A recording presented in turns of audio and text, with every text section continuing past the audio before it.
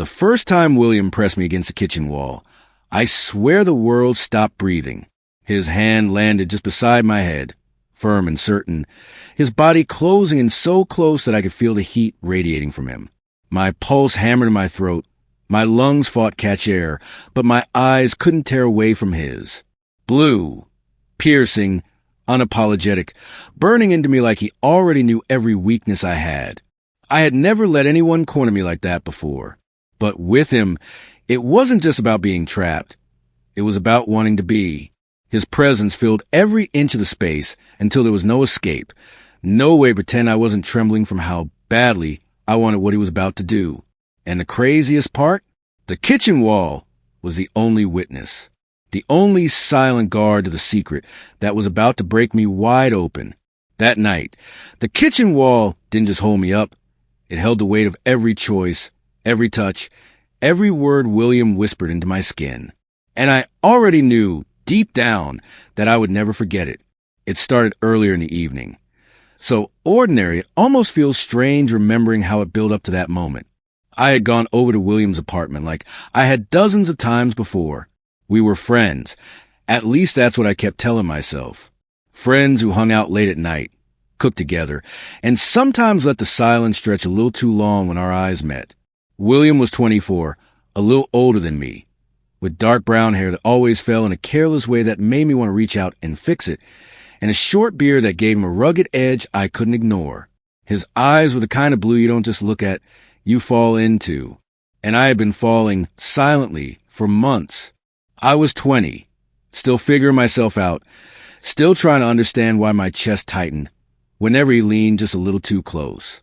I tried to laugh it off most nights, convinced myself I was imagining it, but William had a way of making it impossible to pretend. That night, we were in his kitchen, making pasta. Or at least, that's what we said we were doing. The truth was, we were circling each other like magnets, pulled closer every second. He leaned over me to grab the olive oil from the shelf, his arm brushing against mine, and I froze. My skin lit up like fire at the contact. He noticed. I could see it in the corner of his smirk. "You're jumpy tonight," he said, voice low, teasing. "I'm not." I lied, trying to focus on chopping tomatoes, but nearly cutting my fingers because my hands wouldn't stay steady. "Sure you're not," he murmured, moving past me again, this time letting his shoulder graze mine deliberately. I swallowed hard. The kitchen felt too small, too hot, too full of him. The smell of garlic sizzling in the pan mixed with the clean scent of his cologne, and my head spun. He reached around me to take the knife from my trembling hand, his fingers brushing mine. "Relax," he whispered, and the word didn't feel like advice. It felt like command. I turned to face him, trying to come up with some witty response, something to break the tension. But the moment my eyes met his, the words died in my throat. His gaze locked on me, so direct, so intense it pinned me in place. And then, without hesitation, he stepped forward, closing the space between us until my back hit the wall with a soft thud. The sound of sizzling garlic filled the silence, but I barely heard it. All I could hear was a rush of my blood, the pounding in my ears. William's hand pressed against the wall beside my head, his body leaning into mine, just enough to make it clear I wasn't going anywhere. "Why do you always look at me like that?" he asked, voice low, almost rough. My chest tightened. "Like what?" I managed to whisper. "Like you want me to do something you're too afraid to ask for." The word sank into me like a blade, sharp and undeniable. I opened my mouth to protest, to deny it, but the truth was written all over me. My silence gave me away. His lips curved into a small, knowing smile, and before I could stop myself, I whispered, "Maybe I do." The shift in his expression was instant, like a match striking fire. He leaned closer, his breath hot against my ear, then stopped running from it. Every muscle in my body trembled as he drew closer, his hand sliding down from the wall to rest lightly on my hip. The touch was barely there, but it burned hotter than anything I'd ever felt. His thumb traced a slow circle against my side, grounding me while at the same time unraveling me completely. "You have no idea what you do to me," he murmured. The confession sent a shiver racing down my spine. My heart stuttered, my breath caught. "Then show me." I whispered, the words escaping before I had a chance to second-guess them. And he did. The first brush of his lips was hesitant, testing, but the moment I leaned into it, it deepened. The world outside the kitchen disappeared.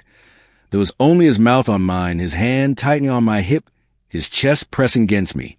Every ounce of restraint, I had crumbled under the weight of him. His beard scratched lightly against my skin, sending sparks racing across every nerve.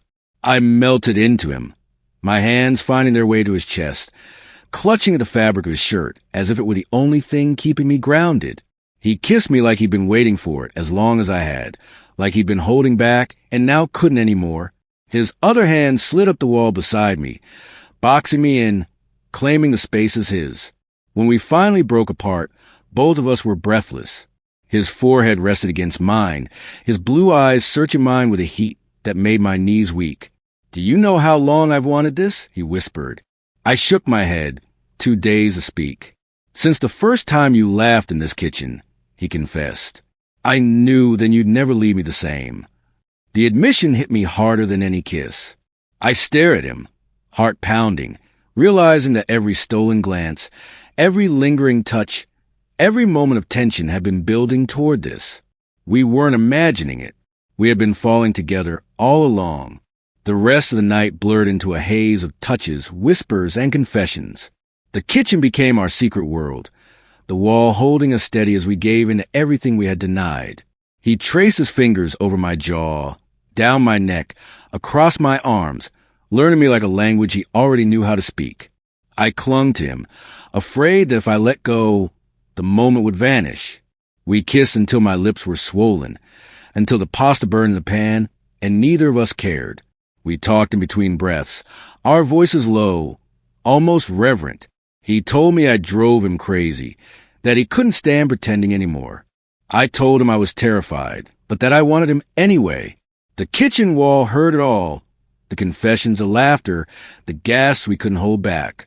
At some point, he pulled me closer, his arms wrapping around me so tightly it felt like he was afraid I'd disappear.